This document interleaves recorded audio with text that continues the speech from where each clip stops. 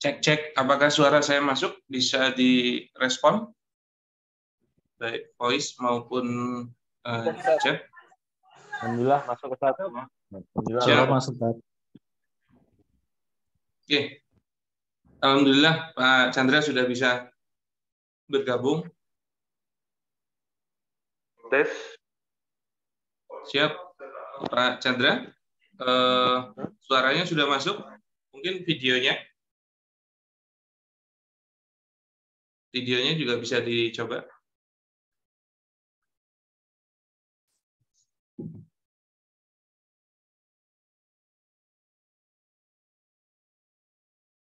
Cek. Pak Chandra sudah aman ya? Oke, kita mulai saja. Bismillahirrahmanirrahim. Assalamualaikum warahmatullahi wabarakatuh. Waalaikumsalam. Ya, alhamdulillahirrahmanirrahim. Assalatu wassalamu ala asrofil anbiya'i wal mursalin. Sayyidina wa maulana Muhammadin wa ala alihi wa sahbihi ajmain. Amma ba'd. Ya, alhamdulillah pagi hari ini kita bisa berkumpul bersama dalam rangka rutinitas kegiatan dari Bisyarah ID, yaitu Jumat Berbagi, yang mana mohon maaf sebelumnya tadi ada kendala sedikit yang alhamdulillah sudah bisa disolusikan.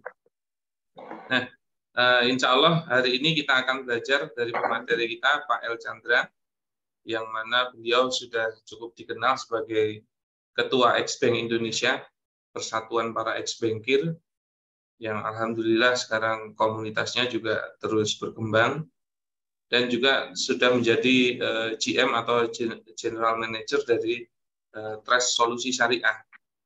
Nah, semoga nanti kita bisa mengikuti materi yang disampaikan beliau dan menjadi ilmu yang bermanfaat. Amin. Salat dan salam juga kita panjatkan kepada junjungan kita Nabi besar Muhammad SAW, yang semoga kita menjadi umat yang mendapatkan syafaatnya. Amin. Nah, untuk keberkahan kajian kita pagi hari ini, sebelum kita mulai, mari kita bersama-sama membaca umul kitab Al-Fatihah. A'udzubillahi minasyaitonir rajim.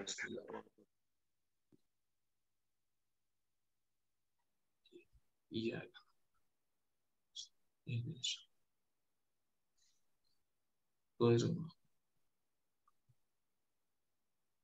Amin. Siap. Bagaimana kabarnya Pak Chandra? Sehat? Alhamdulillah baik.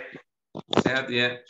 Harusnya kalau Jumat pagi itu kegiatannya senam sepertinya ya, olahraga kalau dari kelas ya. Tapi karena Ya, Pak Chandra kegiatan. bisa mengisi kajian pagi ini, jadi bisa izin bolos untuk olahraga. Ya, kegiatan wajib senam. Kegiatan wajib senam ya. Soalnya ownernya semi-semi militer ya, jadi harus ada kegiatan outdoornya. Ya, Oke, biar semoga sehat, biar sehat. Siap, semoga bisa sehat terus, dan juga begitu juga kepada para peserta di sini.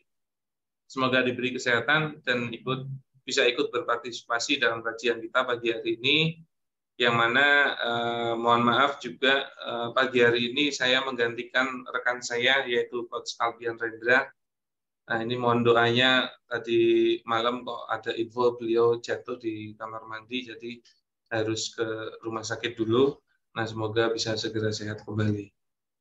Nah, untuk itu saya yang akan menjadi host dan moderator untuk pagi hari ini. Nah, kita akan belajar banyak dari yang materi yang akan disampaikan oleh Pak Chandra mengenai kalau judulnya sih itu mengenai investor itu tidak hanya membutuhkan rayuan.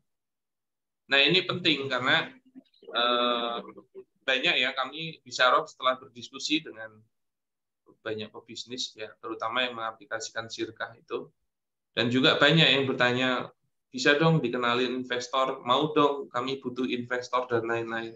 Tapi ternyata persiapannya tidak ada sama sekali. Padahal butuh modalnya juga gede gitu. Nah, bagaimana kok bisa kita meyakinkan investor dengan tidak adanya senjata untuk menghadapinya. Nah, nanti juga insya Allah banyak masukan dari Pak Chandra bagaimana cara meyakinkan investor tersebut. Nah, untuk itu, karena waktu juga tadi cukup molor, kita mulai saja. Saya persilahkan kepada Pak Chandra, waktu dan tempatnya. Tafadhol, monggo Pak Chandra. Bismillahirrahmanirrahim. Baik, terima kasih. Assalamualaikum warahmatullahi wabarakatuh. Waalaikumsalam warahmatullahi wabarakatuh. Rabbi yashrah li sadri wa yassir li amri wa hlul 'uqdatam min lisani yafqahu qawli. Alhamdulillah, hari ini kita patut bersyukur karena masih diberikan kesehatan dan bisa berkumpul walaupun di dunia Zoom ini. Tapi mudah-mudahan kita tetap bisa berdiskusi dan lebih bersyukur lagi karena kita mendiskusikan syariat-syariat Allah. Mudah-mudahan apa yang kita lakukan pada hari ini mendapat ridho dari Allah. Amin. Rekan-rekan sekalian, peserta Zoom pada pagi hari ini, pertama saya mohon maaf karena tadi keterlambatan disebabkan oleh saya. Jadi tiba-tiba laptop saya itu agak ngadat untuk audionya, ya. Jadi agak mundur sedikit. Nah, ini saya ganti dengan menggunakan HP. Mohon maaf kalau nanti nggak terlalu maksimal. Baik, pertama saya mengucapkan terima kasih pada Ustadz Firly dan Mas Alfian Rendra yang sudah mengundang saya di forum Bisyarah ini. Mudah-mudahan ada suatu nilai tambah yang saya bisa berikan dalam diskusi ini. Baik, Bapak Ibu sekalian, rekan-rekan yang ada dalam forum, sebelum saya masuk ke topik bagaimana cara kita meyakinkan investor, ya, saya mau sedikit memberi informasi seperti ini. Jadi kebetulan, dan mungkin ini juga dirasakan oleh Bisyarah ya, teman-teman di Bisyarah, kebetulan kami di Trust juga punya aktivitas yang misinya sebetulnya sama dengan Bisyarah, yaitu bagaimana ke depan kita ingin transaksi yang terjadi itu dilakukan oleh umat dengan umat. Ya.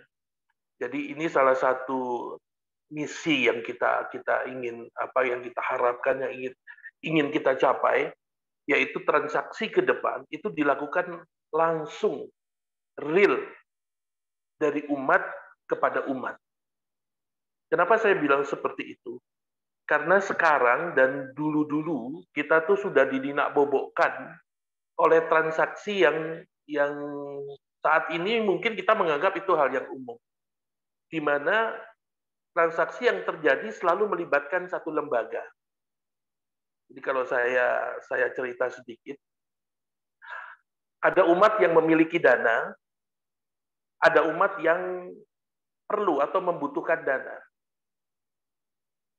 Jadi yang memiliki dana kita sebut pemilik dana, yang membutuhkan dana kita sebut pengguna dana. Dua-duanya ini ada di masyarakat, ada di umat sekarang ini. Dan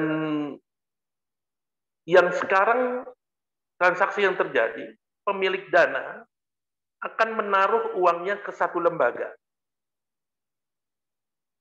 Di mana di lembaga tersebut nanti dia akan mendapat benefit dari dia menaruh dana, dia akan mendapat benefit. Lalu apabila ada yang membutuhkan dana atau pengguna dana, kalau dia membutuhkan dana, dia akan menghubungi lembaga itu juga. Di mana kalau dia nanti diberikan dana oleh lembaga itu, maka dia harus membayar nilai tertentu. Transaksi ini yang saat ini sudah umum dilakukan. Sudah umum dilakukan. Tapi pertanyaannya,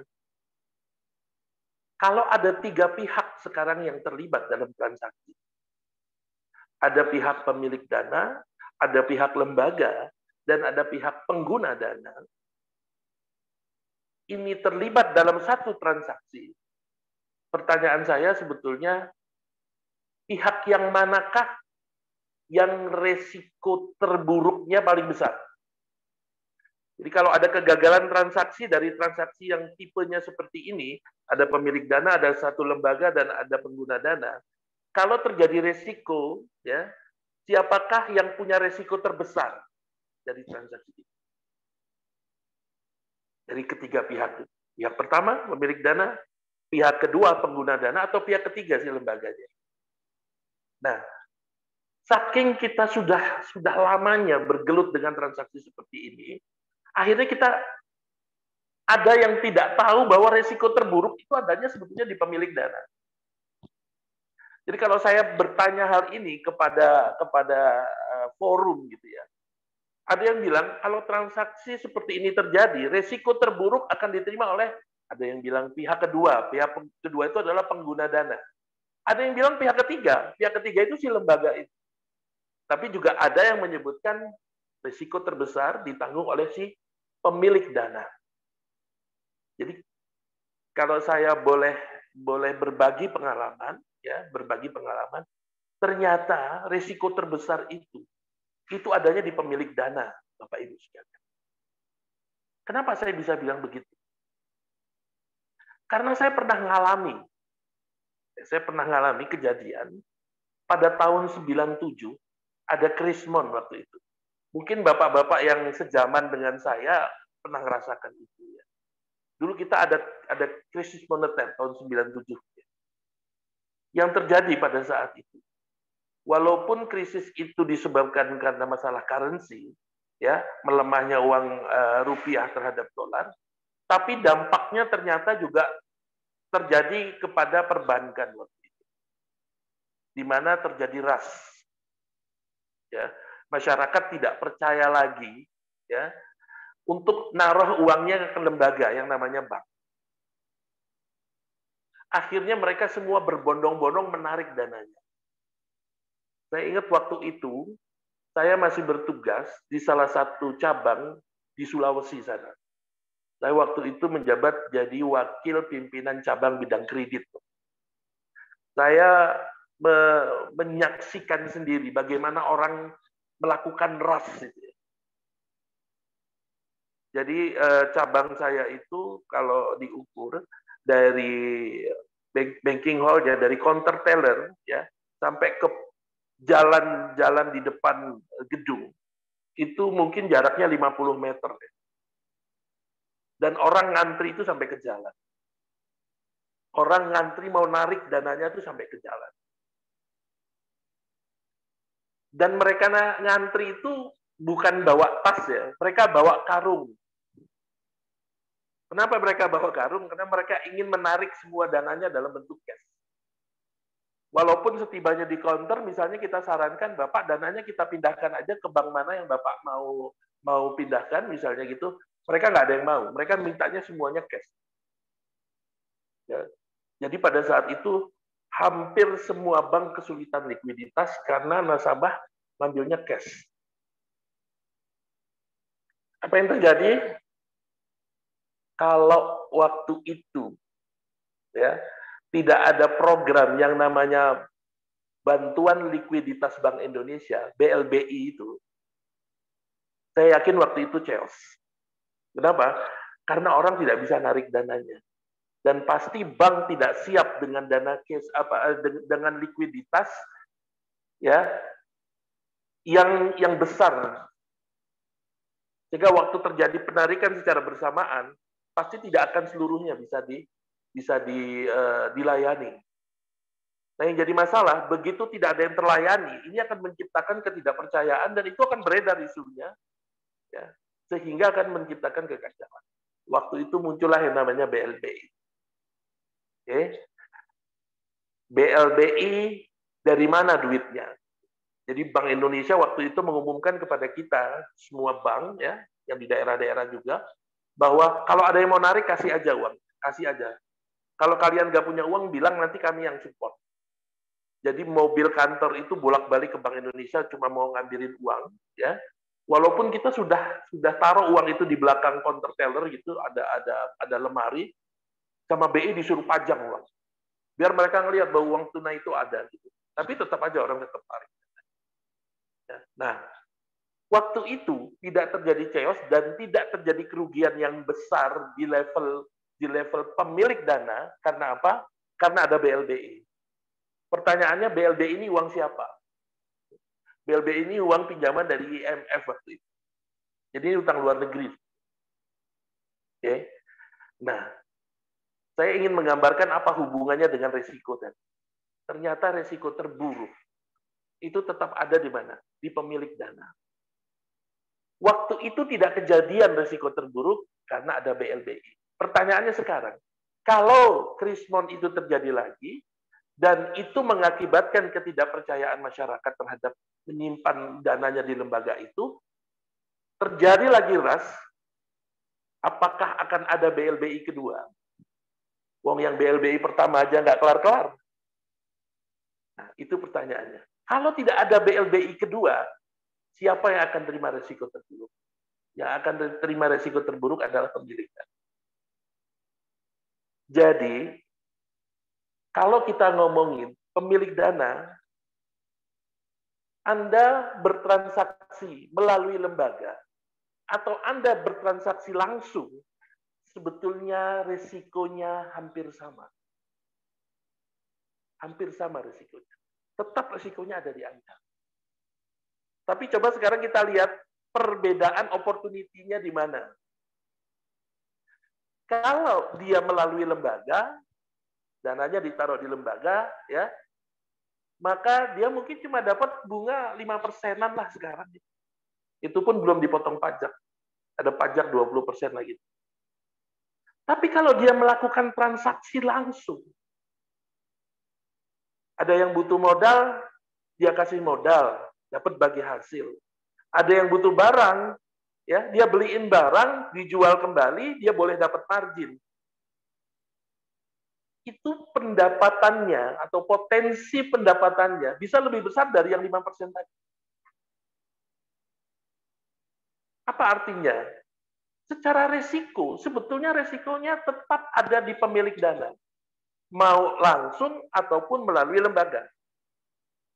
Tapi secara benefit, opportunity, keuntungan berbeda. Karena yang bertransaksi langsung, keuntungannya akan lebih besar. Bahkan bisa lebih dari 15% per tahunnya. Ya. Ada yang bisa lebih. Nah, tergantung transaksi yang dilakukan.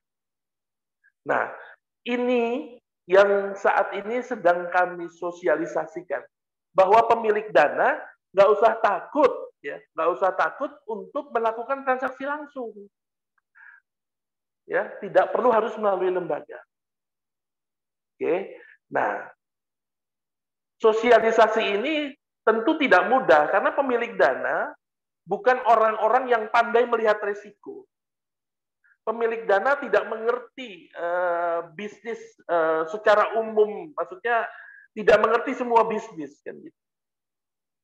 Timbul kesulitan di sini. Bagaimana caranya memitigasi transaksinya agar risiko itu bisa diminimize? Bukan tidak terjadi risiko, tapi agar bisa diminimize. Nah, saat ini sedang banyak dibutuhkan. Saat ini sedang banyak dibutuhkan orang, baik itu perorangan maupun kelompok, ya, yang bisa menggantikan fungsi meminimize risiko transaksi tadi. Kalau yang pola pertama, di mana pemilik dana naruh uangnya ke lembaga, lalu kalau ada orang yang pengguna dana atau butuh dana datang ke lembaga, kan lembaganya bisa menganalisa. Apa fungsi lembaga di sini? Sebetulnya meminimize risiko transaksi. Ya, itu yang terjadi saat ini. Tapi kalau tadi yang saya bilang ini transaksinya harus langsung, ya, tidak harus melalui lembaga, orang akan melihat ada satu kelemahan, siapa nih yang memitigasi transaksi? Kalau di lembaga itu yang mitigasi transaksi adalah bank atau koperasi atau apapun namanya, ya. Tapi kalau transaksi langsung siapa yang melakukan mitigasi transaksi? Nah, disinilah kami menawarkan nanti yang melakukan fungsi itu, insya Allah adalah ex-bank, bukan bank, ex-bank. Dan saya sedang mempersiapkan teman-teman ex-bank saya untuk bisa melakukan fungsi itu.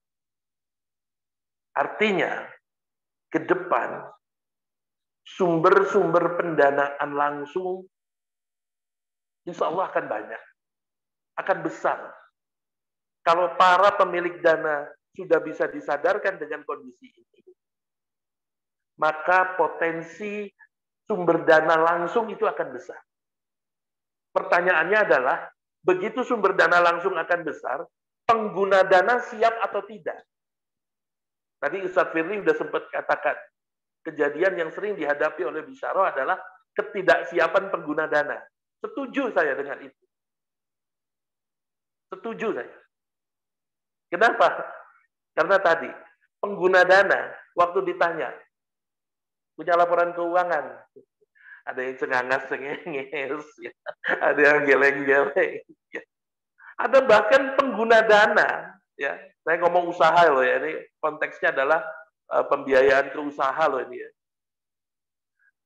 Bahkan ada pengguna dana yang tidak ngerti bedanya antara neraca sama laba rugi. Dia nggak ngerti itu bedanya.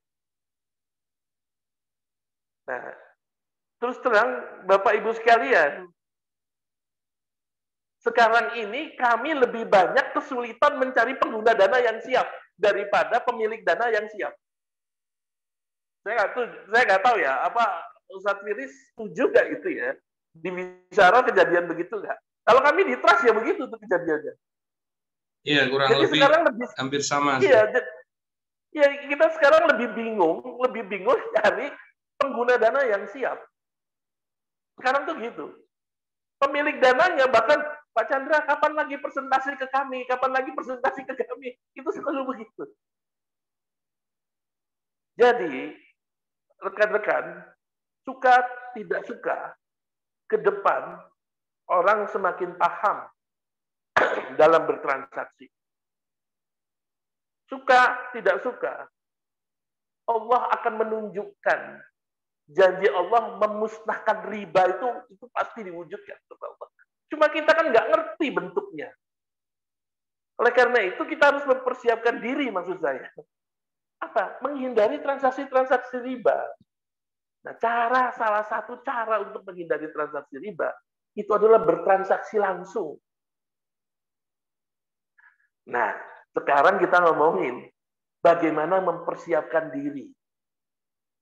Terutama untuk pengguna dana, orang yang butuh dana. Bapak Ibu sekalian, kebanyakan pengguna dana, orang yang butuh dana, sekarang itu bisanya cuma jual, istilah orang mungkin kasarnya gitu, jual abab. Dia cuma bisanya ngerayu, membujuk gitu. Ayo Pak, ini bisnisnya bagus loh Pak. Ya. Terus dia bilang, ini keuntungannya sekian Pak. Ya, itu nanti bagi hasilnya sekian Pak. Dan itu hanya diucapkan. Oke. Even itu ditulis sekalipun. Ya. Jadi banyak yang minta bantuan kepada Trust. Jadi banyak pemilik-pemilik dana ini yang dihubungi langsung oleh pengguna dana, terus dikirimi proposal kan gitu ya. Nah, pemilik dana sekarang sudah mulai kritis nih. Dia kirimin dulu proposalnya ke Trust. Pak Chandra tolong dong dianalisain, nah, gitu ya. Kadang yang membuat kami bingung dalam menganalisa proposal yang dikirim, ya, itu memang semuanya bahasa surga semua gitu. Nilai yang ditaruh di situ tidak jelas dasarnya gitu.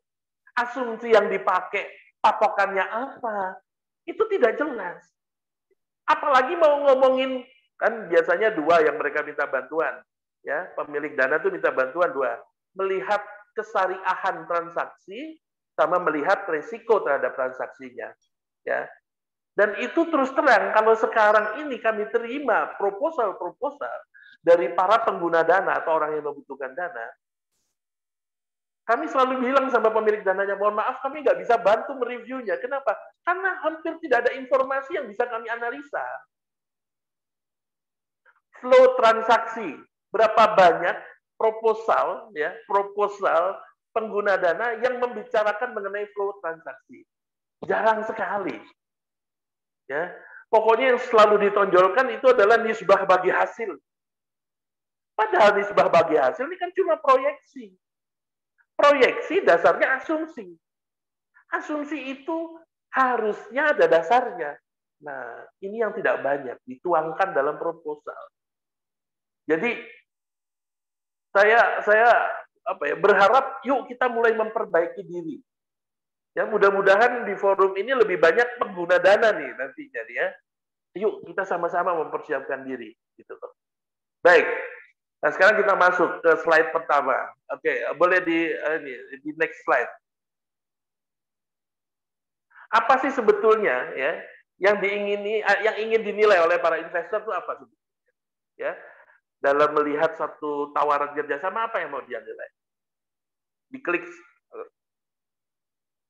next. Oke. Pertama yang mau dinilai itu niat baik. Mungkin ada yang tanya, Pak Chandra gimana sih ngelihat niat baik? Niat itu kan ada dalam hati. Ya, setuju saya. Niat itu ada dalam hati. Ya, tapi intinya bagaimana cara para investor melihat nilai baik? Niat baik? Bisa nggak? Bisa. Apa yang dia mau lihat? Transparansi. Apa bentuk transparansi yang paling konkret? Contoh ya, contoh. Dalam proposal yang disampaikan, pengguna dana, ya calon pengelola lah kita sebutnya, calon pengelola dalam cerita, menyampaikan resiko bisnisnya apa tidak? Tuh. Kalau dalam proposal, ya tidak ada penyampaian resiko bisnis, okay, bisa nggak investor menilai bahwa oh ini pengelola dananya nggak transparan nih? Dan bisa saja nanti arahnya karena dia dianggap tidak transparan, maka dia bisa menyimpulkan bahwa belum ada niat baik yang disampaikan oleh calon pengelola. Ya, itu kan hal yang bisa dilihat. Gitu. Jadi niat baik itu diukur sama mereka. Iya, apa yang diukur?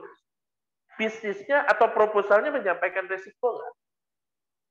Mungkin ada yang tanya, Pak, kenapa kami harus menyampaikan resiko? Pak? Loh, iya ini transparansi. Kita kan mau bikin kerjasama bisnis. Perlu nggak saya sebagai calon pengelola menyampaikan resikonya? Kalau memang resiko itu terjadi dalam bisnis kita, apa alasannya kita tidak menyampaikan? Takut ketahuan? Saya tanya sekarang.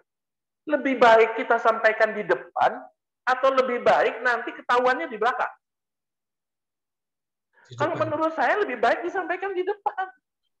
Agar apa? Agar pada saat si investor memutuskan untuk gabung, dia pun sudah tahu terhadap resiko itu. Sedikit Pak Chandra. Ya. Kalau boleh dikasih contoh Pak Chandra. Penyampaian terhadap resiko itu contohnya yang bagaimana kalau di dalam proposal? Ya, misal ya, salah satu bentuk resiko itu adalah, misalnya gini, supplier. Bisnisnya itu, suppliernya hanya satu. Ya, single supplier. Dalam konteks melihat resiko bisnis, single supplier itu adalah resiko. Jadi bisnis itu semakin banyak suppliernya, semakin tidak beresiko. Semakin sedikit suppliernya, semakin beresiko. Nah, ini kan harus disampaikan kepada pebisnis, kepada investor. Nah, jadi menyampaikan resiko itu perlu. Tapi sebagai pengelola bisnis, kita jangan cuma bisanya menyampaikan resiko, tapi tidak mengerti bagaimana memitigasi resiko. Jadi penyampaian resiko harus diikuti dengan mitigasi resiko. Tadi, misalnya single supplier. Single supplier itu risiko di dalam bisnisnya. Iya, karena begitu supplier ini tidak ada lagi, bisnisnya berhenti misalnya gitu. Nah, harus disampaikan. Tapi disertai dengan mitigasinya. Ya, sampaikan mitigasinya. Selama ini seperti apa Bapak Ibu ya, calon pengelola ini memitigasi risiko itu yang dituangkan gitu. Nah, itu salah satu contoh ya, menyampaikan risiko bisnis yang akan ditangkap oleh investor sebagai apa? Niat baik. Dan kalau ternyata risiko itu nanti terjadi, pengelola tidak perlu khawatir. Kenapa? Karena dia sudah sampaikan risiko itu di depan. Dan begitu juga pemilik dana atau investor. Waktu dia memutuskan untuk gabung, waktu dia memutuskan untuk bersyirkah, memberikan modal, dia juga sudah tahu bahwa ada resiko. Kan artinya jadi clear gitu loh. Walaupun resiko itu kan bisa terjadi, bisa tidak terjadi. Apalagi kalau pengelola bisa memitigasi. Oke, jadi itu yang mau dilihat oleh para investor. Berikutnya, next. Ya, apa yang ingin dinilai? Yang kedua adalah informatif. Ya. Jadi kita perlu tahu bahwa investor kita ini adalah orang yang belum tentu paham bisnis yang kita mau tawarin. Karena investor ini kan sangat variatif.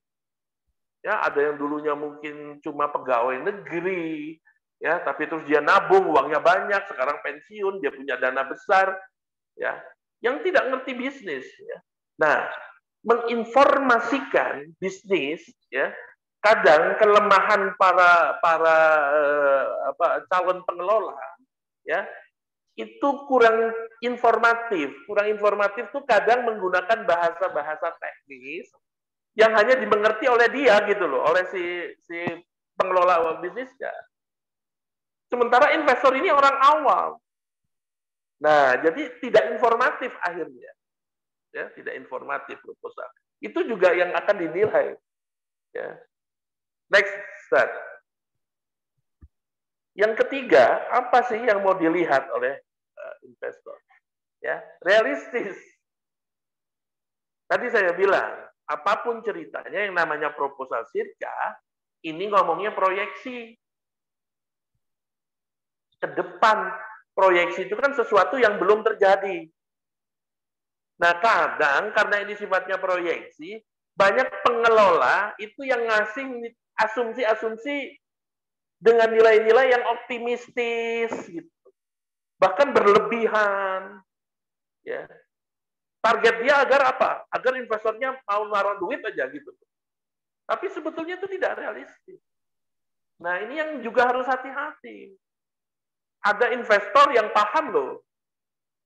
Begitu dia lihat tidak realistis proposal itu, maka akan ditinggalkan sebenarnya.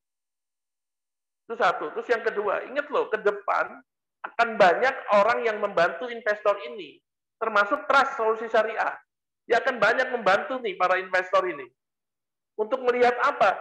Melihat bahwa asumsi yang dipakai realistis apa tidak. Ya, asumsi yang dipakai realistis apa tidak.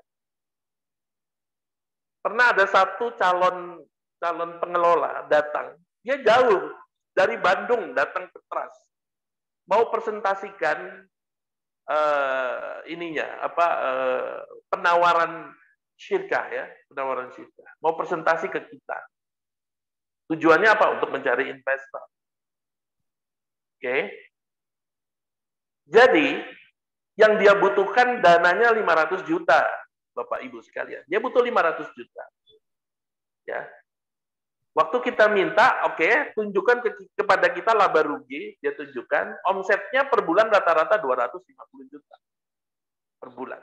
Saat ini omsetnya 250 juta. Oke. Dia butuh tambahan modal. Waktu kita tanya tambahan modalnya untuk apa? Dia bilang untuk membeli tambahan inventory. Kalau dia ngomong membeli tambahan inventory, berarti dia sedang berencana meningkatkan penjualannya dia. Oke. Nah, terus ditaruh sama dia foto tempatnya. Ya, jadi bisnisnya itu bisnis apa? Bisnisnya itu jualan beras di pasar. Ya, jualan beras di pasar. Oke. Jadi dilihatkan kiosnya, dilihatin segala macam dilihatin. Oke, fotonya kita lihat. Pertanyaan yang kita ajukan. Saat ini omsetnya 250 juta. Nanti kalau ada tambahan dana 500 juta, berarti akan ada tambahan inventory 500 juta. Karena dia bilang untuk modal kerja. Okay. Kalau ada tambahan inventory 500 juta, berarti dia harus siap menjual dengan effort 3 kali lipat dari effort yang dia lakukan sekarang. Karena sekarang omset dia 250. Wajar dong kalau kita tanya, Pak, bagaimana planning yang Bapak akan lakukan untuk meningkatkan omset sampai 3 kali lipat? Itu pertanyaan kita ke dia. Dan dia jawabnya, ya ini aja Pak, buka toko, nanti barangnya kita display di sana. Bahkan kalau saya lihat kiosnya saja, naruh tambahan beras, itu kayaknya sudah nggak cukup gitu loh. Kalau saya lihat di fotonya. Ya, itu belum saya lihat gudangnya. Ya, gudangnya mampu nggak nampung tambahan itu. Nah, hal-hal seperti ini kan harus ada dasarnya. Kalau dia nggak bisa menjawab ini dengan baik, akhirnya membuat investor itu ragu. Nah, tadi saya bilang, hati-hati. Bikin proposal harus realistis. Bagaimana caranya agar realistis? Harus ada dasarnya. Ya, bukan cuma nilai-nilai indah yang dimasukkan gitu. Ya, tapi harus ada dasar. Itu yang ketiga. Berikutnya, next. Berikutnya adalah implementatif. Ya. Jadi ide kadang kan meminta tambahan modal itu kan macam-macam. Bisa menambah dari bisnis yang sedang berjalan, dia hanya mau ingin meningkatkan omset. Bisa dia membuat rencana bisnis yang lain, ya, bisnis yang lain itu bisa kategorinya bisnis yang berbeda atau ya, jadi berbeda tapi masih inline dengan bisnis utamanya, ya, atau membuat outlet baru misalnya, oke, di bisnis yang sama, kan bisa bermacam-macam model. Lah pertanyaannya, ide ini implementatif apa tidak? Ya, bisa diwujudkan atau tidak? Oke. Nah, ini juga akan dinilai. Baik, yang berikutnya, yang kelima. Yang kelima, ya, bisa diukur atau tidak. Ini yang apa ya? Saya jarang sekali ya melihat proposal dari pengguna dana ya atau calon pengelola ya itu yang menggambarkan bagaimana nanti monitoring dan kontrolnya. Jadi kalau nanti syirkah ini terjadi, monitoring dan kontrolnya mau seperti apa? Itu harusnya idenya datang dari si calon pengelola harusnya. Kenapa? Ini bentuk lain ya salah satu hal yang juga dinilai sebagai niat baik tadi oleh si investor. Jadi pengelola itu harus menjabarkan dari A sampai terakhir bagaimana cara Bapak sebagai investor kontrol saya. Itu juga harusnya ditaruh di situ gitu. Jadi kuncinya adalah kalau kita membuat proposal untuk membujuk investor, ya, buatlah proposal itu betul-betul membuat orang itu merasa aman. Itu dulu. Ya, agar dia merasa aman dulu, baru ngomong nilai. Oke, nah jadi ini 5 hal ya, 5 hal yang digunakan oleh para investor ya untuk menilai satu proposal. Oke, apa aja yang harus dimasukkan ke dalam 5 hal ini? Nanti kita akan bahas itu di acara spasinya Bisyarah tuh. Ya, saya akan sampaikan. Pak, kalau kita ngomong data apa yang harus kita tampilkan? Ya, kalau kita ngomong tadi ada resiko bisnis, ada ini, apa yang harus saya tampilkan? Nah, nanti detailnya kita akan bahas di sana. Oke. Nah, yang berikutnya, slide berikutnya, next. Oke, sekarang kita ngomong lebih spesifik ke kuantitatif. Ya. Jadi tadi itu masih besaran, ini sekarang kita ngomong apa informasi kuantitatif yang dibutuhkan oleh investor. Ya, pertama, nah ini saya kecil sekali nih, modalnya berapa dan untuk apa? Di zoomin bisa kok itu. Oh iya. HP. Modalnya berapa dan untuk apa? Ya, nih. Beberapa kali kami mencoba untuk mendampingi investor, ya, berdiskusi dengan calon pemodalnya. Beberapa kali juga kami menemukan, ya, calon pengelola itu yang suka ngumpetin kebutuhan, ngumpetin kebutuhan. Kayak yang tadi saya ambil contoh butuh 500 juta itu. Akhirnya kesimpulan kita 500 juta itu dia butuh bukan untuk kembangin kios berasnya. Dia sedang punya kebutuhan yang lain. Nah, itu kesimpulan kita. Kenapa? Karena beliau tidak bisa meyakinkan kepada kita besarnya modal dan untuk kebutuhan apa. Akhirnya kita menilainya seperti itu. Oke. Jadi ini penting. Bahkan kadang ada calon pengelola yang memasukkan nilai modal itu sebetulnya untuk kebutuhan pribadinya pengelola itu. Macam-macam kebutuhan pribadinya. Ya. Yang paling sering adalah kebutuhan pribadi untuk apa? Melunasi hutang pribadi. Ya. Nah, ini kan nggak bisa kayak gini. Ya.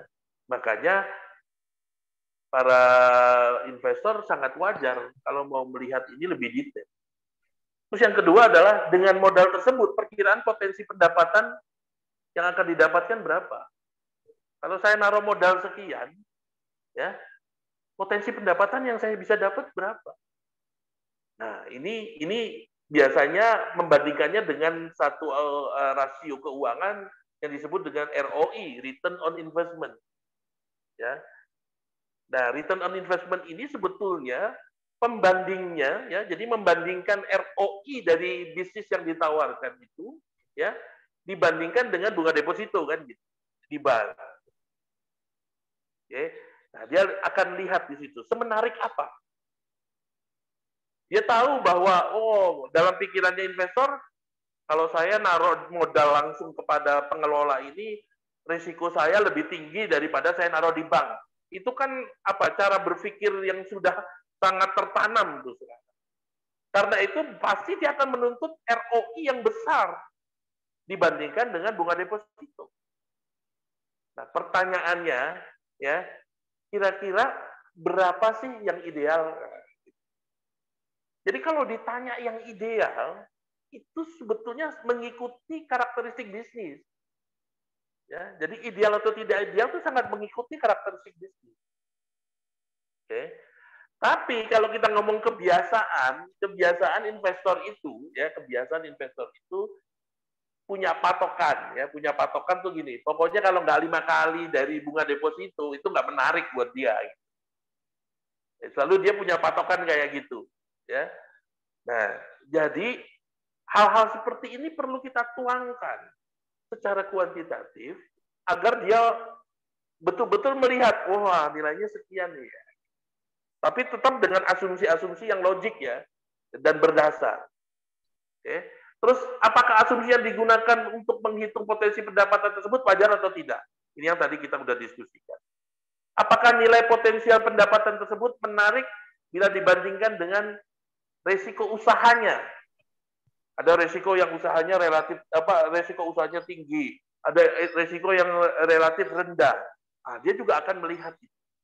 Ya, begitu juga kan transaksi, misalnya sirka, bentuk sirka, ya.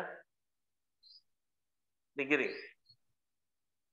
kalau ada investor, dia mau masuk dalam sirka, dia akan tanya, saya nanti kerjasamanya dengan perorangan atau dengan sirka juga.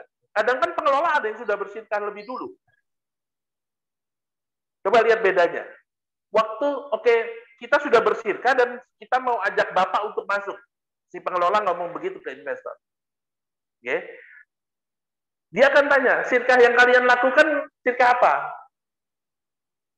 Ini kalau udah pada ngikutin materi sirka, investor udah mulai pintar. Akan ada beda yang dia tangkap kalau dia bilang gini, Pak, kami, ya, berdua ini nanti calon pengelola, Bapak pemodalnya, ya. Oke.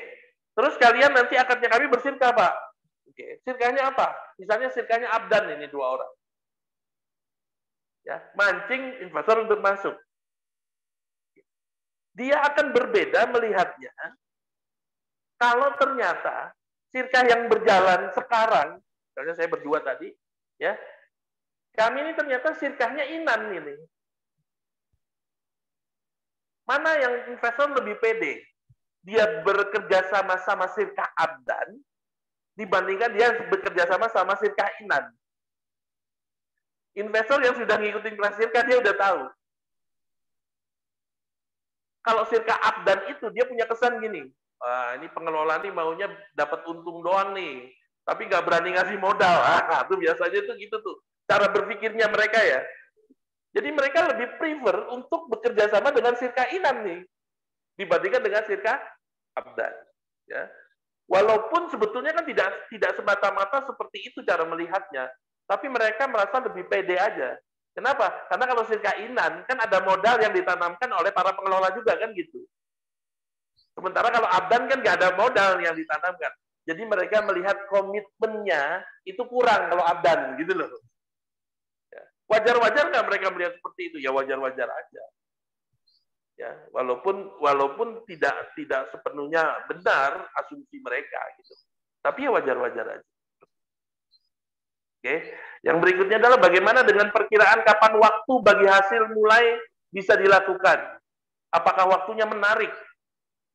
Nah, ini kebanyakan kelemahan para pengelola atau calon pengelola. Ya, tidak memahami bagaimana ketentuan syirkah sesuai syariat.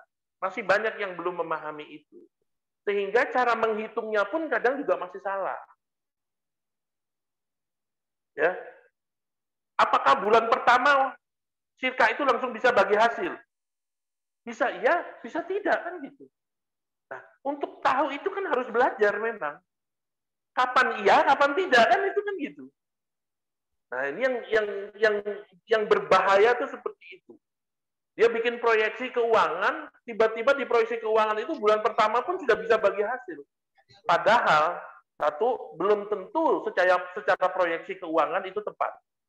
Kedua, belum tentu secara ketentuan syirkah, syariat syirkah itu tepat. Nah, ini kalau dia tidak tahu ilmunya, jadi salah. Oke. Bagaimana pengelola akan memberikan keyakinan terhadap kontrol dan realisasi proyeksi keuangan? Ini tadi saya bilang. Bagaimana pengelola nanti memberikan ide cara konsep kontrolnya ke dia. Ya. Terus yang terakhir, bentuk reportingnya seperti apa? Itu hal-hal kuantitatif yang ingin diketahui sebetulnya para investor.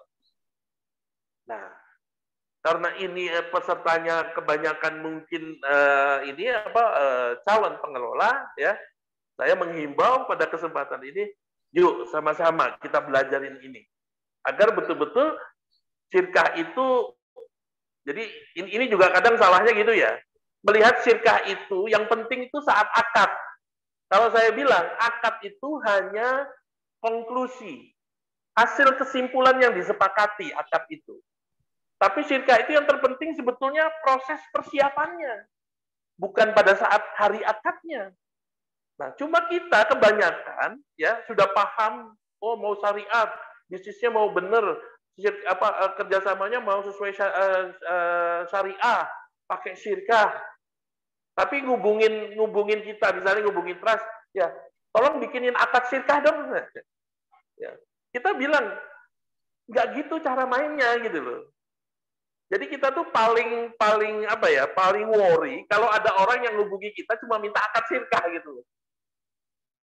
Akad syirkah itu cuma dokumen yang ya cari dimanapun sebetulnya ada loh, ya. Kalau kita mau ngomong draft dokumen loh ya. Tapi bukan itu yang terpenting. Yang terpenting itu persiapan syirkahnya.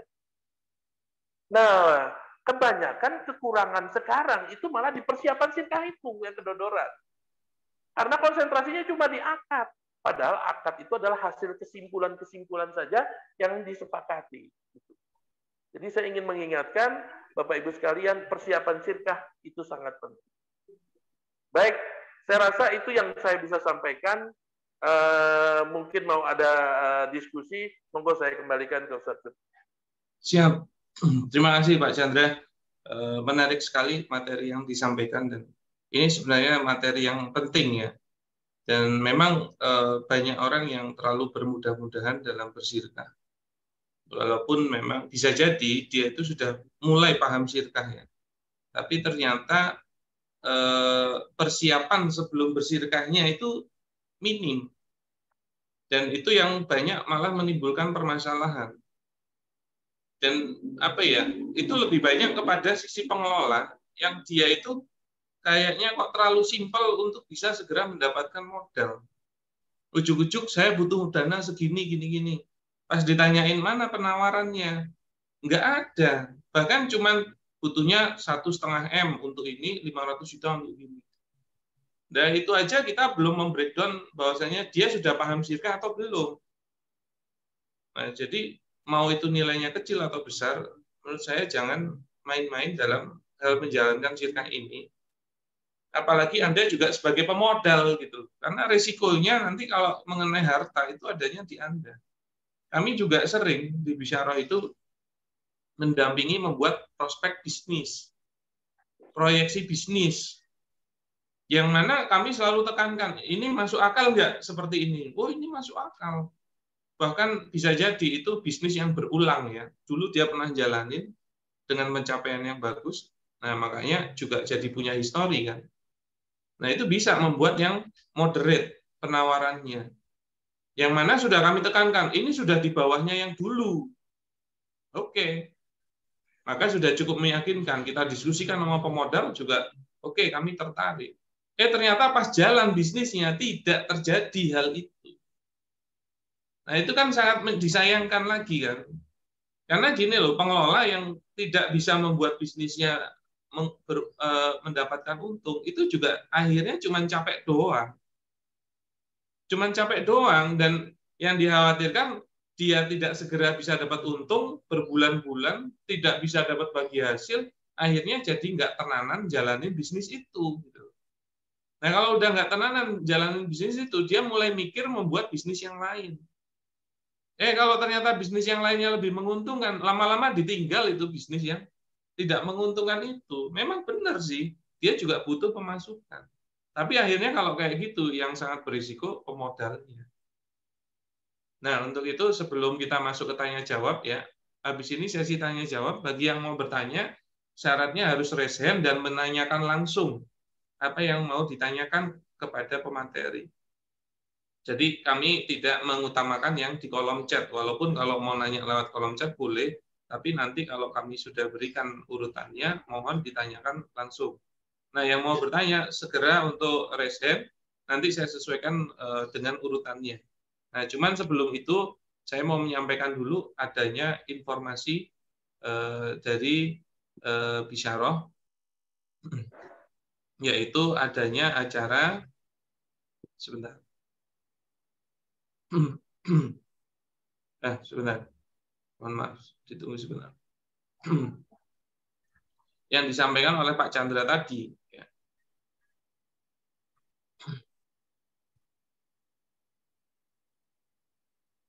Nah, kami insya Allah akan mengadakan yang namanya Spasi, Sekolah Pengelola Syirkah. Nah, ini insya Allah pematerinya ada 5 orang ya. Ada Mas Ringga, ada saya, ada Ustadz Condro, kemudian Pak Chandra sendiri, dan ada satu special guest. Nah, apa saja yang dijalankan di Spasi, Sekolah Pengelola Syirkah ini? Ini insya Allah 3 + 1 hari, jadi total 4 hari ya. Itu mengenai materi syirkahnya sendiri. Kalau di kami penyampaiannya sendiri 4 sesi. Jadi 8 jam untuk memahami syirkah itu dulu. Itu pun sebenarnya baru pendalaman dulu, belum sampai ke implementasi. Kemudian laporan keuangan, itu juga penting karena banyak yang memposisikan laporan keuangan itu tidak tepat. Nah, kemudian nanti dari Pak Chandra di sisi visibility study. Nah, termasuk apa amunisi kita kalau kita mau bawa ke pemodal, itu penting gitu. Jadi udah nggak ada lagi, misalnya saya butuh modal nih, oke berapa? 100 juta. Oke, 100 jutanya buat apa aja? Udahlah, pokoknya percaya aja sama saya. Wah, itu udah nggak zaman yang begitu itu. Karena kita itu harus bersifat profesional juga. Nah, dan meyakinkan gitu loh. Kalau meyakinkan investor aja kita tidak bisa, bagaimana kita akan meyakinkan pembeli? Nah, kemudian nanti dari Mas Riga juga ada sistemasi bisnis, ya, kemudian ada juga materi kepegawaian, karena seorang pengelola kemungkinan besar dia akan mengangkat pegawai, itu juga harus yang benar. Kemudian nanti kita juga akan belajar mengenai leadership. Nah, kapan lokasinya di mana? Di Jogja, di Edge Boutique Hotel, ini di tengah kota ya. Dan makanya jadi mudah kalau mau sambil tamasya di Jogja. Acaranya di tanggal 23 sampai 26 Mei. Nah, itu plus satu aja, tambah satu lagi di bonus acara ya. Nah, itu sudah termasuk nanti free room juga. Jadi tidak perlu mikirin tinggal di mana dan juga transportasinya. Nah, sebenarnya awal mulanya itu latar belakangnya ini ada banyak keluhan investor. Nah, ini yang sering kami ini alhamdulillah sudah sering diskusi dan mengedukasi mengenai sirkah ke beberapa kota di Indonesia. Nah, kebanyakan memang yang bermasalah malah pengelolanya, bukan pemodalnya. Karena sebenarnya pemodal itu tugasnya simpel, ngasih modal. Nah, cuman bagaimana mengimplementasi itu lebih kepada pengelola. Nah, apa sih visi dari spasi ini? Pertama, mencetak para pengelola sirkah yang amanah, kompeten, dan profesional. Itu visi kami. Nah, misinya apa? Mengedukasi sirkah yang sesuai syariah ke masyarakat luas. Nah, sirkah ini sudah alhamdulillah banyak didengar. Dan sudah banyak yang mengimplementasikan, tapi kemungkinan besar masih banyak yang salah dalam mengimplementasikan sirkah. Nah, kemudian mengedukasi juga sirkah itu sebagai solusi permodalan utang ribawi. Tanpa utang ribawi. Nah, banyak sekarang pebisnis itu sudah bermasalah dengan utang ribawinya. Nah, sekarang mau beralih dan tetap butuh modal. Nah, ini bisa menjalankan sirkah ini, tapi harusnya paham terlebih dahulu. Kemudian membantu para pengelola sirkah menjadi amanah, kompeten, dan profesional. Makanya materinya bukan cuma sirkah. Nah, terus memperbanyak kerjasama sirkah untuk memperkuat ekonomi umat, seperti yang disampaikan oleh Pak Chandra tadi. Kami berharap itu umat ketemu dengan umat langsung. Tidak perlu adanya lembaga perbankan atau penengah atau intermediate lagi. Jadi mereka bisa berakar langsung. Walaupun bisa jadi juga dibutuhkan supporting dari pihak ketiga. Nah, cuman akadnya antar mereka. Kemudian juga membangun ekosistem pasar ekonomi syariah. Nah, nanti materi sirkah di workshop ini, di spasi ini, itu memberi gambaran yang lebih luas mengenai muamalah yang sesuai syariah. Nah, harapan kami mengedukasi dan mereka bisa nanti akan bekerja sama sendiri, membuat ekosistem sendiri yang dengan dasar benar-benar syariah gitu. Makanya kan susah kalau kita bilang, ya saya ingin bisnis saya sesuai syariah, tapi ternyata tidak pernah mendatangi majelis gitu. Bagaimana kita tahu implementasinya? Nah, insya Allah pematerinya ada gurunda kita, Ustadz Dwi Condro, terus ada saya sendiri, kemudian juga ada Pak Chandra, kemudian ada special guest dan juga Mas Pramudi Ringga yang akan berbicara tentang sistemasi bisnis. Nah ini, jadi yang kita pelajari sirkah, laporan keuangan, visibility study, sistemasi bisnis, kepegawaian, leadership. Nah, ini hal yang penting. Nah waktunya ada di 23 sampai 26 Mei di Yogyakarta. Nah, investasinya di harga normalnya di 5.500.000 per satu orang. Ini sudah include dengan inap ya, room inapnya. Jadi tidak perlu pusing lagi untuk menginap di mana dan transportasinya. Nah, early bird-nya di 4,5 satu orang dan 8 juta 2 orang. Nah, tapi sudah berakhir early bird-nya. Cuman untuk peserta yang khusus di Jumat ini, Jumat berbagi ini, silahkan bila berminat nanti bisa memberikan chat nomor WA-nya dan boleh menggunakan harga early bird ini. Ya, jadi kalau 2 orang bisa 8 juta dan nanti bisa dijadikan satu room-nya. Nah, kalau mau ada pendaftaran yang langsung lebih dari 2 orang bisa kontak ke admin sendiri, nanti kita bisa diskusikan nilainya. Nah, venue-nya di Edge Boutique Hotel, jadi sekalian mau muter-muter itu dekat karena dia di tengah kota, mau Malioboro juga enggak terlalu jauh. Itu fasilitas dan benefitnya. Nah, monggo bagi yang berkeluangan waktu, berkeluangan materi, dan memang mau mengimplementasi Syirkah karena belum ada sekolah pengelola Syirkah selain yang diadakan oleh Bisyarah. Biasanya dia terpetal-petal ya materi-materinya. Nah ini jadi satu yang mana itu menjadi komplit dan komprehensif untuk bisa belajar Syirkah yang lebih detail. Oke, nah itu apa namanya informasi dari Bisyarah yang apabila peserta hari ini itu bisa mendapatkan harga khusus, harga early bird tersebut. Nah, kita masuk ke tanya jawab. Siap Pak Chandra? Ini ada pertanyaan, monggo Bu Irma Adrianing Tias. Silakan untuk open mic dan bisa menyampaikan pertanyaannya langsung. Monggo. Assalamualaikum warahmatullahi wabarakatuh. Waalaikumsalam warahmatullahi wabarakatuh. Atas waktu dan kesempatannya. Yang pertama saya tanyakan untuk workshopnya ini pesertanya khusus akhwat ya, Bapak ya? Enggak, pesertanya umum. Ada akhwat, ada ikhwan. Ya. Terus yang pertanyaan berikutnya, kebetulan kami ada masukan dari beberapa calon investor yang hari ini notabene ingin menaruh di beberapa pondok pesantren. Artinya ada berupa domba, ada bibit tanaman, ada bibit ikan, seperti itu Ustadz. Sedangkan untuk pelaksanaan secara bagi hasilnya, ini yang masih menjadi kendala kami. Mohon untuk pencerahannya bagaimana untuk sistemik yang ada karena koordinasi dengan beberapa pesantren ini arahnya mau dijadikan sebuah kayak koperasi bersama gitu loh Ustaz. Yeah. Terima kasih. Siap Bu Irma. Pak Chandra silakan juga bisa menyampaikan gambarannya mungkin ada masukan untuk Bu Irma. Jadi Syirkah itu adalah satu akad ya, yang secara definisi syariah, akad syirkahnya adalah akad bisnis. Ya. Jadi tujuan melakukan akad ini adalah untuk bisnis dan untuk mendapatkan keuntungan. Nah, kalau ada aktivitas, ya, jadi kalau ada aktivitas yang kerjasama, ya, di mana ada lebih dari 2 orang yang terlibat, kita harus lihat dulu apakah ini termasuk kategori syirkah atau tidak. Nah ini kan tadi saya belum detail ya menerima informasi ini ada pemodal mau naruh domba, mau naruh tanaman segala macam itu bentuknya kayak apa ya.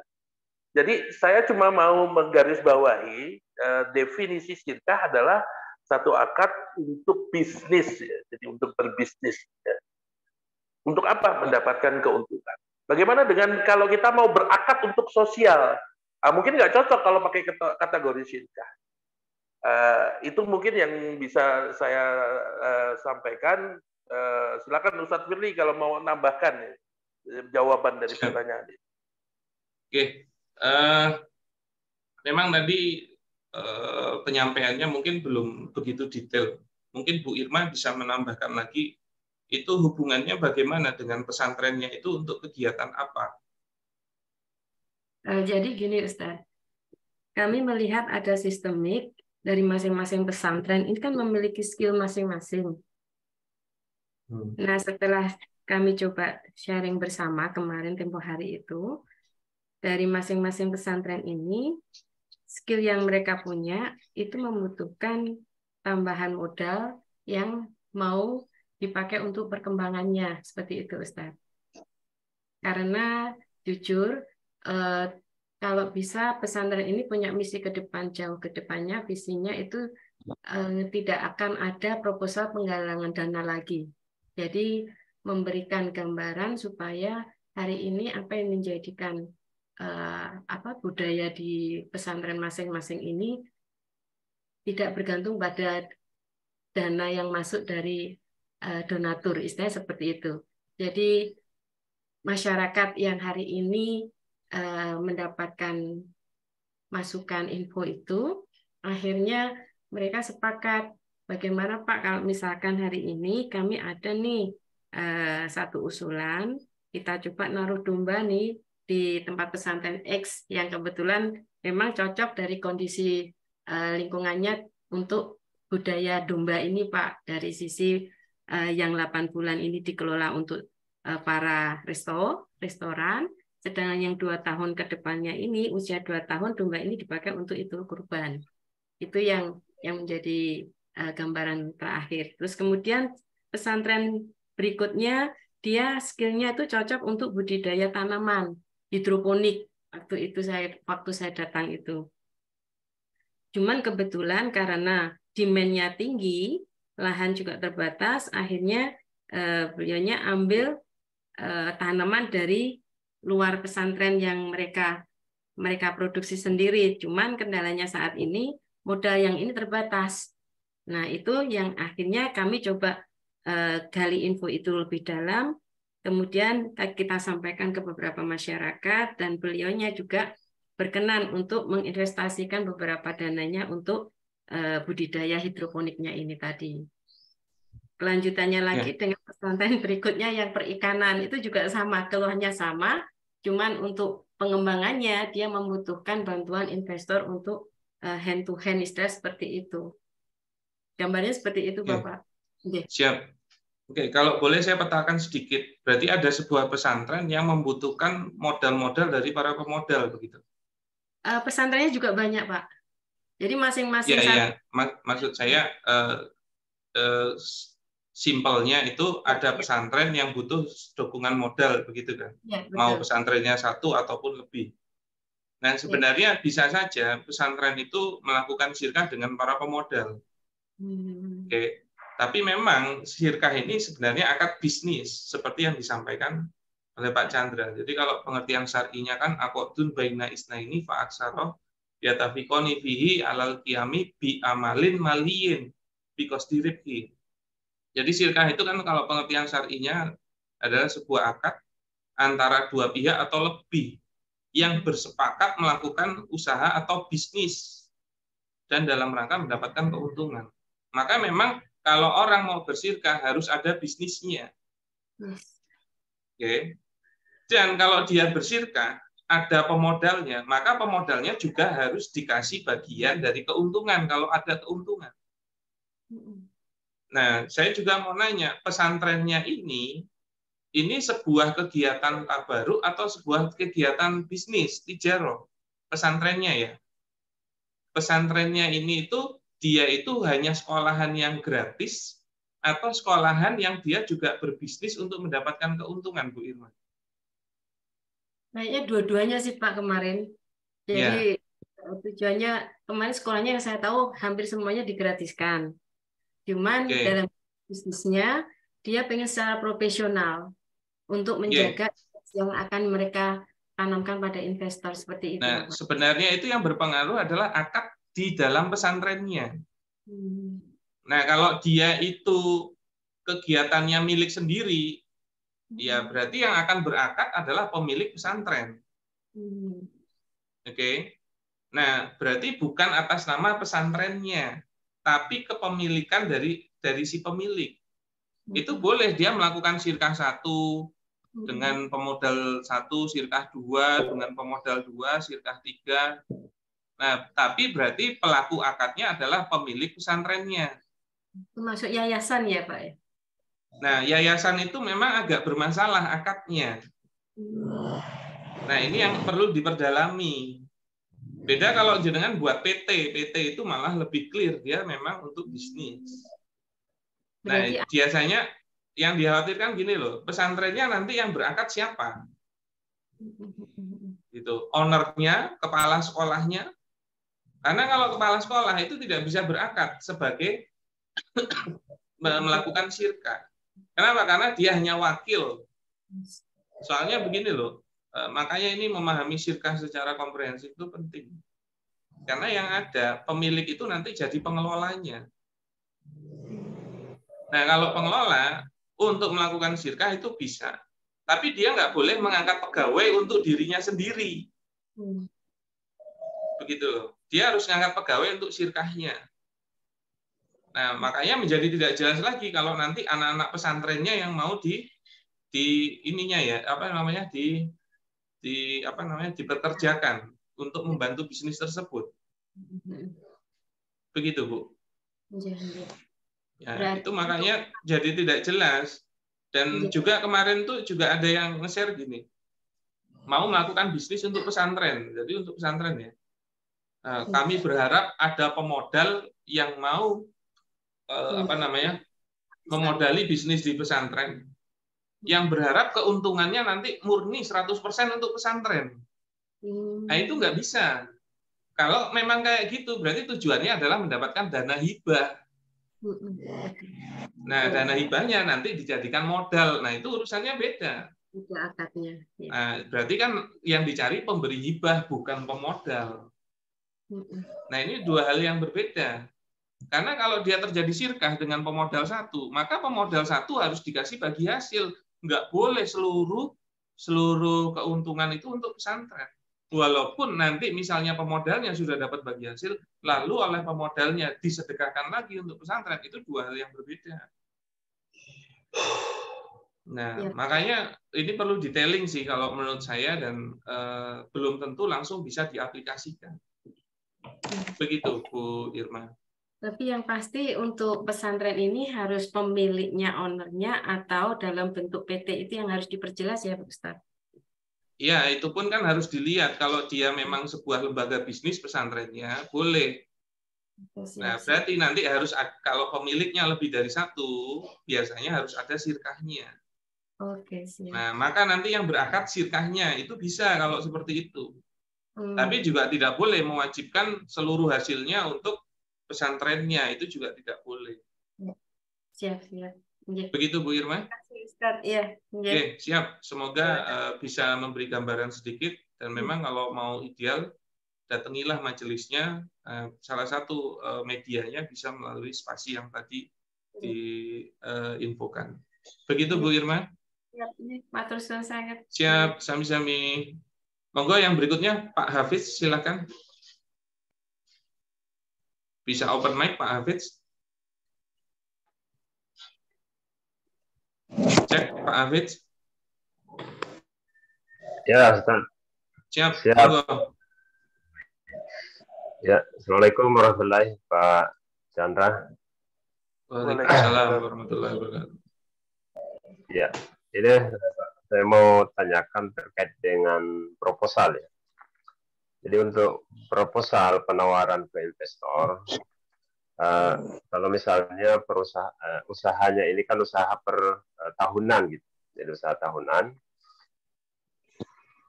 Lanjut lagi penyampaian di proposal itu menyampaikan laporan keuangan proyek yang sudah dilaksanakan tahun sebelumnya, 1 periode tahun sebelumnya, itu dilampirkan, atau laporan keuangannya itu proyeksi untuk pelaksanaan usaha tahun ini misalnya, usaha ke depan, proyeksi diproyeksikan bahwa akan mendapatkan sekian-sekian untuk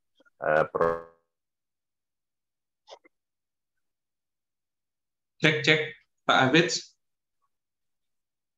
Saya udah tangkap sih pertanyaannya. Oke, siap. Monggo Pak Chandra, bisa disampaikan. Ini kayaknya terkendala.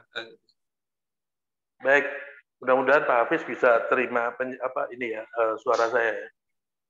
Jadi kalau untuk bisnis yang sudah berjalan, Pak Hafiz, bisnis itu sudah berjalan, memang perlu melakukan 2 analisa itu tadi.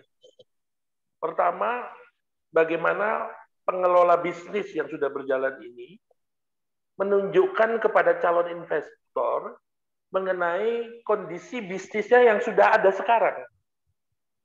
Jadi existing bisnisnya itu harus disampaikan. Untuk apa?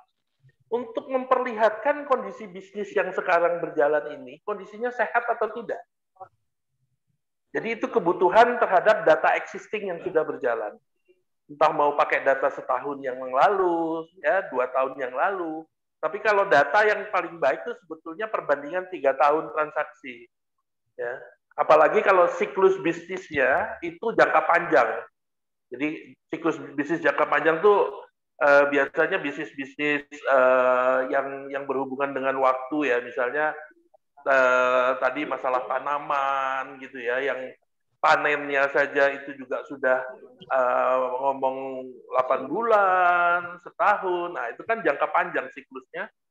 Nah, itu harus dianalisa dulu. Jadi data existing diperlukan untuk menunjukkan kepada investor bahwa bisnis kami sekarang ini sehat loh. Oke.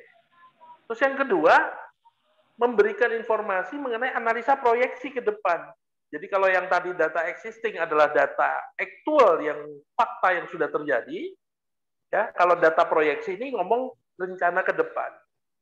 Jadi kalau pertanyaannya apakah yang harus disajikan, dua-duanya harus disajikan. Ya, kenapa? Karena ada dua kepentingan di sini. Kepentingan terhadap data existing untuk memperlihatkan kepada investor bahwa bisnis yang saat ini berjalan, ya, yang sedang nawarin untuk kerjasama ini, kondisinya sehat kok. Gitu. Baru yang kedua, ngomong ke depannya rencananya seperti apa. Ini ngomong proyeksi kalau yang. Jadi jawaban pertanyaannya, dua-duanya harus dilakukan, Pak, kalau memang bisnisnya sudah berjalan. Beda lagi kalau memang rencana syirkahnya terhadap bisnis yang belum pernah berjalan. Ya, berarti memang tidak ada data yang dianalisa yang sebelumnya. Gitu Pak Hafiz, mudah-mudahan bisa jelas. Bisa diterima Pak Hafiz penyampaiannya? Siap. Nah, sebenarnya memang lebih ideal itu nyuntik dana itu untuk bisnis yang sudah existing ya, berjalan, karena ada historinya yang bisa dianalisa. Makanya jadi investor itu juga harus pintar sebenarnya. Nah, carilah yang paling prospektif di dalam penawaran bisnis tersebut, begitu juga yang risikonya lebih minim. Oke, yang berikutnya kita masuk ke pertanyaan Mas Marsal dari Blitar. Monggo Mas Marsal. Ya, Assalamualaikum warahmatullahi wabarakatuh. Waalaikumsalam warahmatullahi wabarakatuh. Terima kasih waktunya Ustadz Firly dan Ustadz El Chandra. Ya. Ini mau tanya tentang ekspor impor tadi. Saya kan sudah berjalan lama usaha ekspor impor. Cuma saya itu bermainnya itu di angka 1 juta itu masih mampu pakai uang sendiri. Nah, jadi kalau di bawah 100 juta itu masih pakai uang sendiri. Nah, kalau di atas 100 juta itu saya tuh masih belum mampu tetap.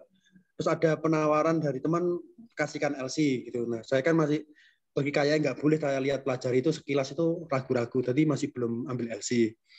Dan akhirnya banyak investor-investor yang masuk. Cuma kadang-kadang itu bingung. Ini kan modal yang saya butuhkan buat modal jual beli. Saya ambil di supplier, saya oper di importer gitu loh. Cuma waktunya itu paling lama 2 minggu itu sudah bisa bagi hasil itu loh. Cuma akadnya itu kadang-kadang itu bingung. Nah itu gimana tadi ya? Untuk investor itu penawarannya itu seperti apa ya? Sebagai kita pengelola di lapangan itu. Siap. Itu tak. Monggo Pak Chandra bisa menangkap yang ditanyakan. Ya. Jadi kalau saya tangkap sih bisnisnya Mas Marcel ini adalah ekspor ya. Ya. Karena tadi kan beli barang, lalu barang ini dijual ke eksportir, terus eksportir mengekspor gitu ya ke luar negeri gitu ya. Ya. Nah, jadi ini bisnis ekspor. Bisnis ekspor itu sebetulnya seperti bisnis jual beli biasa, Mas Marcel. Ya. Jadi apa yang harus dilakukan untuk meyakinkan investor ya. Tadi saya bilang Mas Marcel punya data historical. Oke. Terus data ini harusnya menjadi kekuatan bahwa misalnya contoh ya data historical. Berapa kali transaksi ekspor yang sudah dilakukan? Dalam transaksi ekspor itu pasti juga ada tempo pembayaran biasanya. Nah, yang harus diyakinkan adalah waktu ekspor ini dilakukan, tempo pembayarannya sesuai yang disepakati atau tidak. Kalau misalnya ada resiko mundur, ya, mundur pembayarannya yang pernah terjadi berapa lama? Ya. Kenapa? Karena berbedanya bisnis ekspor ini dengan bisnis jual beli, ya, jual beli yang biasa, yang tidak ekspor, adalah saat menerima uang.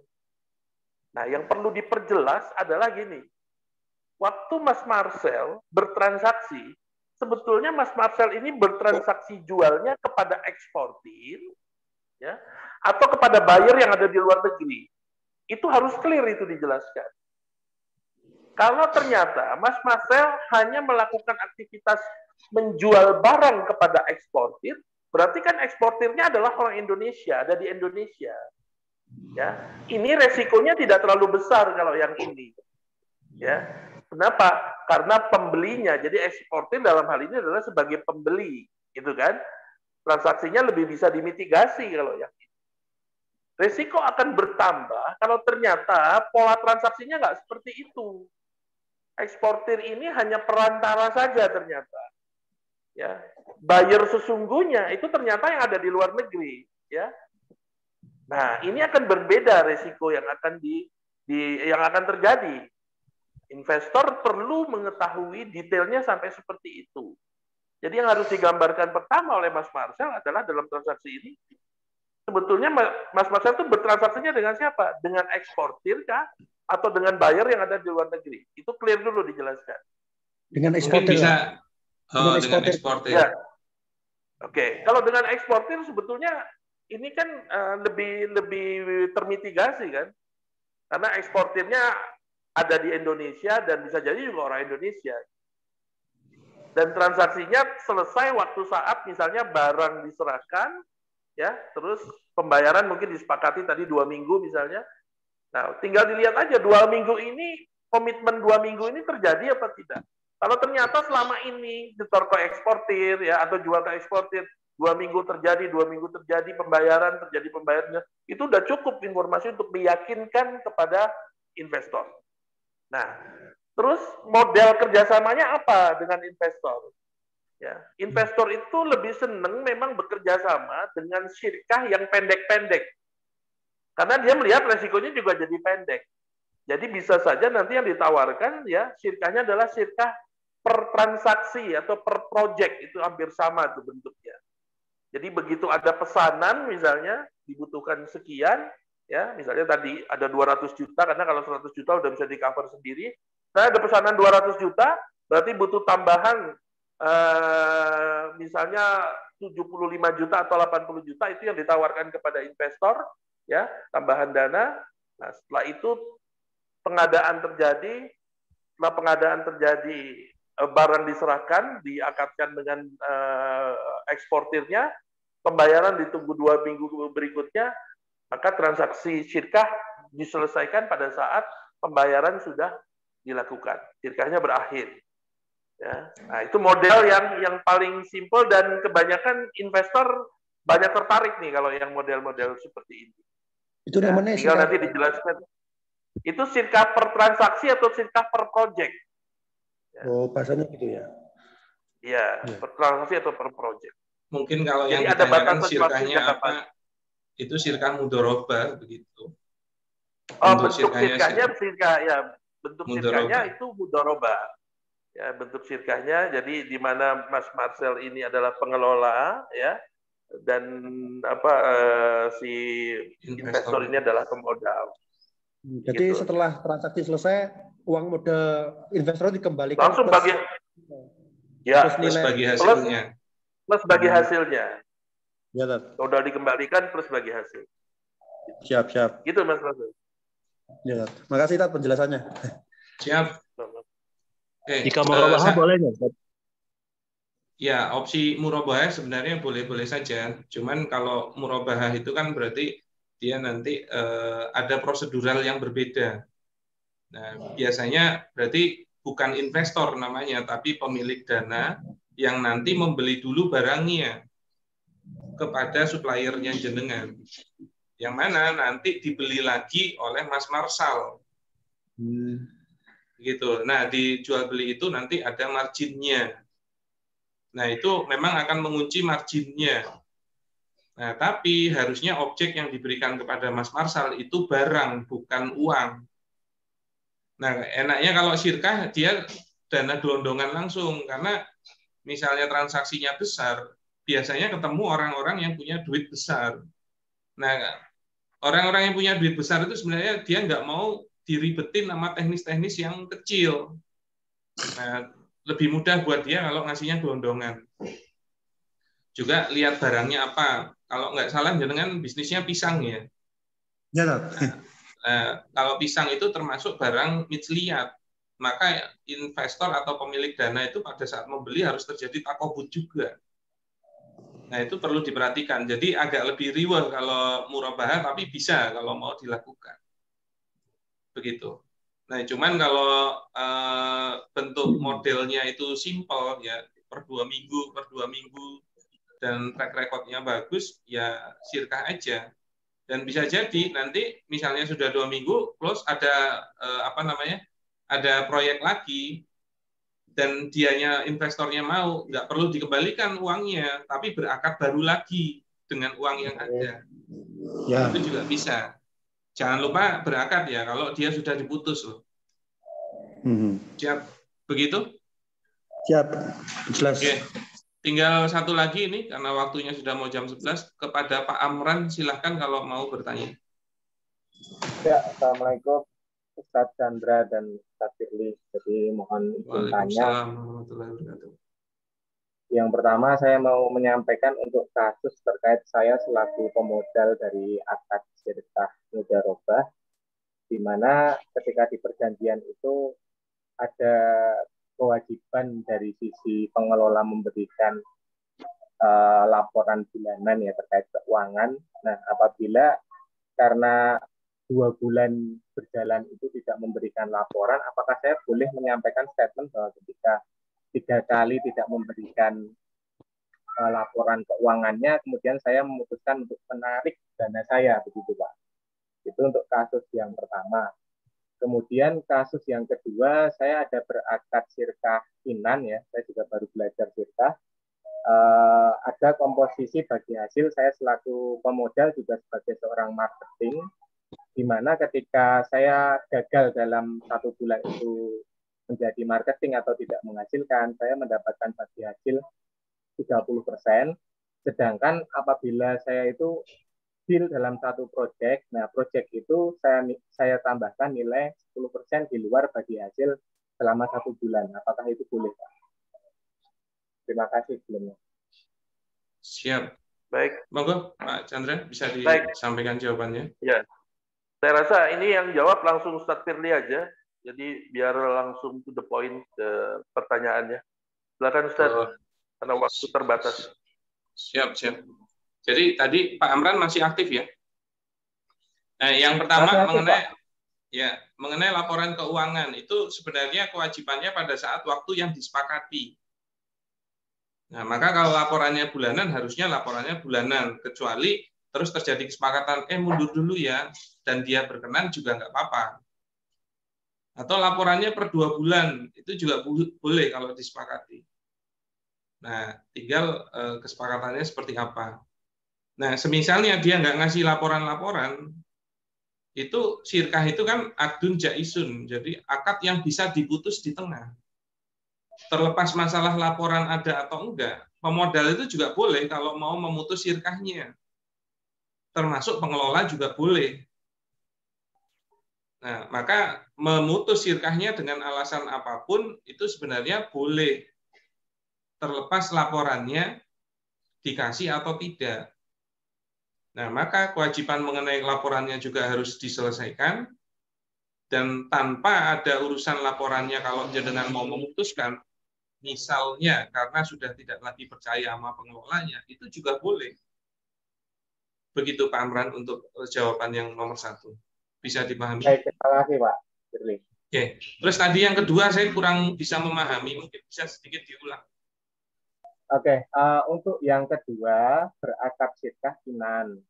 Saya sebagai selaku pemodal sekaligus juga selaku tenaga ahli ya sebagai marketing. Nah, kami sepakati apabila saya itu tidak menghasilkan apapun sebagai marketing, saya mendapatkan bagi hasil 30%. Namun ketika ada hasil proyek yang itu hasil marketing saya, disepakati menambahkan bagi hasilnya untuk saya selaku pemodal sekaligus sebagai marketing itu ditambahkan 10%, begitu Ustaz. Apakah boleh seperti itu? Siap. Jadi gini, kalau Syirkah Inan itu kan semuanya pengelola dan pemodal. Maka semuanya harus mengelola. Nah, bila pengelolanya lebih dari satu, itu juga boleh kan? Berarti semuanya harus memberikan kinerja. Yang mana tanggung jawabnya jadi tanggung jawab bersama. Dan idealnya memang bagi-bagi tugas. Tidak perlu satu masalah kok diurus 2 orang, satu masalah diurus 2 orang. Nah, kalau dia untuk kegiatan harian, oke. Dan jenengan boleh mengambil posisi sebagai marketingnya. Begitu ya. Nah, ini dari sisi pengelolaannya dulu. Nah, mengenai bagi hasil, itu tidak boleh berubah-ubah atau tidak jelas. Maka kalau dari awal, baik jenengan berkinerja atau tidak, itu harusnya sudah disepakati di awal akad bagi hasilnya berapa. Yang mana, semisalnya nanti disepakati di tengah jalan, mau berubah bagi hasilnya juga boleh. Tapi tidak boleh tidak jelas seperti tadi. Kalau kamu bisa jualan, bagi hasilnya kamu 30%. Tapi kalau kamu bisa jualan, kamu bisa lebih dari 30%. Itu tidak jelas bagi hasilnya, alias masih goror. Maka itu tidak boleh. Nah, makanya harus dihitung kinerja jenengan, kompetensi jenengan untuk memang bisa berposisi mendapatkan omset itu seperti apa. Nah, nanti disepakati di bagi hasilnya. Begitu, kalau sejak awal dituliskan bagaimana Ustaz? Jadi apabila harus satu, tidak boleh punya ada 2 potensi bagi hasil, karena itu jatuhnya masih majhul atau goror nanti, tidak jelas. Makanya juga nggak boleh ada syirkah bagi hasilnya begini, disepakati di awal akad ya. Tahun pertama 50-50, tahun kedua 60-40, tahun ketiga 70-30. Itu kalau disepakati di awal akad tidak boleh, karena menjadi tidak jelas yang menjadi dasaran bagi hasilnya yang mana. Itu jatuhnya masih goror. Begitu loh. Nah, yang boleh hanya menyepakati 1 bagi hasil. Oke, dikunci di awal. Tapi kalau mau nanti di perjalanan mengubah bagi hasil, selama disepakati semua pihak, jadi perubahannya natural gitu loh. Bukan dari awal kesepakatan, bukan dari awal akad. Dan ternyata mau disepakati semua pihak, boleh untuk berubah bagi hasil tanpa memutuskan syirkahnya. Begitu Pak Amran. Oke, baik. Kalau misalnya komposisinya begini Pak, saya kan kondisinya kerja di tempat lain, tapi juga berakad syirkah inan dengan perusahaan lain. Sedangkan saya sendiri menyampaikan bahwa kemungkinan kan kontribusi saya tidak banyak di perusahaan tersebut, sehingga kami putuskan seperti itu. Nah, kalau apabila dalam akad tersebut memang ada kerancuan antara 30 dan tambah 10% tadi, bisa nggak Pak kalau misalnya di akad inannya itu 30%, kemudian kami ada akad terpisah di mana apabila saya berhasil menjualkan produk atau jasanya, itu saya dapat fee transaksi per dari saya project itu 10% begitu. Oke. Jadi begini, kalau yang namanya pengelola itu punya kewajiban mengelola bisnisnya. Dan marketing itu bagian dari pengelolaan. Maka dia sudah terkunci gara-gara jadi pengelola yang tidak boleh mendapatkan tambahan kompensasi karena memang sudah jadi bagian dari pengelola yang nanti dapat dibagi hasil. Jadi pengelola itu nggak boleh digaji gitu loh, Pak Amran. Pengelola itu tidak boleh digaji atau menerima kompensasi dikarenakan kegiatan sebagai kepengelolaannya dia. Nah, sekarang yang namanya pengelola harus jualan nggak? Dia harus jualan, maka itu kegiatan pengelolaan. Maka tidak boleh dia jadi makelarnya. Itu tidak boleh. Nah, beda kalau jadi pemodal. Karena pemodal objeknya modal. Maka dia kalau memberikan manfaat jasanya kepada perusahaan itu masih boleh dibicarakan terhadap adanya kompensasi. Tapi kalau pengelola tidak bisa. Nah, beda kalau nanti syirkahnya diubah. Jenengan hanya pemodal murni. Nah, nanti kalau ikut jualin jadi makelarnya. Itu boleh kalau jenengan bisa jualin akhirnya dapat fee. Tapi jenengan jadi nggak ikut ngelola secara keseluruhan. Dampaknya apa? Jenengan tidak punya hak suara pengelolaan. Tidak boleh ikut menentukan bagaimana menjalankan bisnisnya. Itu kewajiban pengelola. Haknya pengelola tidak bisa diganggu oleh pemodal. Nah, kalau siap dengan hal tersebut, silahkan bisa diubah syirkahnya. Oke, begitu baik, Pak terima Amran. kasih Pak. Cukup Siap. jelas. Yeah. Makanya sekali lagi silahkan bagi yang punya keluangan waktu, keluangan materi, biar bisa belajar secara spesifik ya mengenai syirkah. Ya, ada sekolah pengelola syirkah ini yang diadakan di Bisyarah, insya Allah di Jogja, di tanggal 23 sampai 26 Mei. Nah, ini penting karena kita bisa mempelajari mengenai syirkah secara komprehensif termasuk penjalanan bisnis. Bagaimana syirkahnya, laporan keuangannya, feasibility studinya, sistemasi bisnisnya, kepegawaiannya, termasuk nanti leadership-nya. Nah, pematerinya ada 5 orang, ada Ustadz Dwi Condro, kemudian saya, kemudian Pak Chandra, ada juga special guest nanti yang kita akan belajar leadership, kemudian juga ada Mas Pramudi Ringga yang berbicara tentang sistemasi bisnis.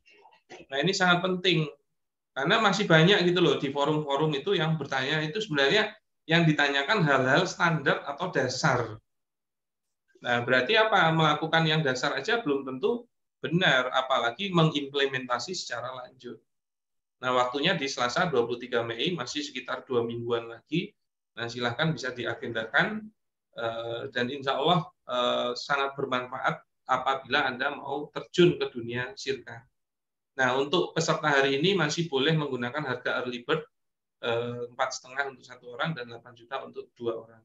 Nah, kalau mau kontak admin kami ada di 0811 2653 523 ataupun di link yang tadi kami share di kolom chat.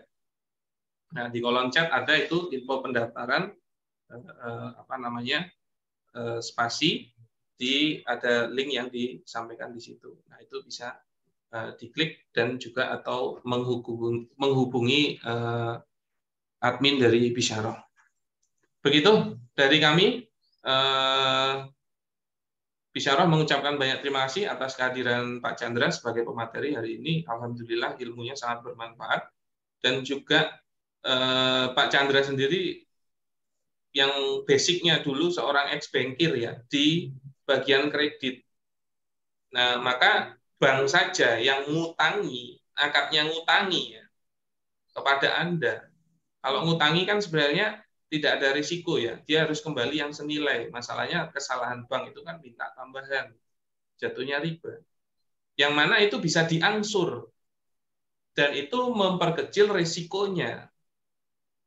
Kalau kredit di bank kan harus diangsur, semakin kecil hutang kan semakin kecil risikonya. Itu aja menganalisa bisnis yang butuh kredit itu dengan seksama gitu loh, dengan detailing. Nah, apalagi kalau kita mau syirkah, yang risikonya lebih besar daripada sekedar mengutangi, tapi memang juga berprospek mendapatkan untung, boleh. Nah, jangan sampai ternyata persiapannya tidak sesiap orang yang ngutangi seperti di bank itu. Nah, makanya nanti banyak ilmu dari Pak Chandra di kegiatan spasi untuk detailingnya. Nah, silahkan bagi yang berminat bisa mengikuti spasi tersebut. Dan saya juga mengucapkan terima kasih atas kehadiran rekan-rekan semua di sini. Semoga apa yang kita pelajari hari ini menjadi ilmu yang bermanfaat. Nah, untuk itu saya juga memohon maaf yang besar-besarnya atas hal-hal yang kurang berkenan yang telah disampaikan. Semoga kita bisa bertemu lagi di majelis-majelis berikutnya. Begitu dari kami. Mari kita tutup dengan membaca hamdalah dan doa kafaratul majelis. Alhamdulillahirabbil alamin. Subhanallahumma wa bihamdika, asyhadu an la ilaha illa anta, astaghfiruka wa atubu ilaik. Begitu dari kami. Matur nuwun, afwan minkum, akhirul kalam. Assalamualaikum warahmatullahi wabarakatuh. Waalaikumsalam. Semangat. Matur nuwun. Pak Rujito, Mas Marsal. Terima kasih.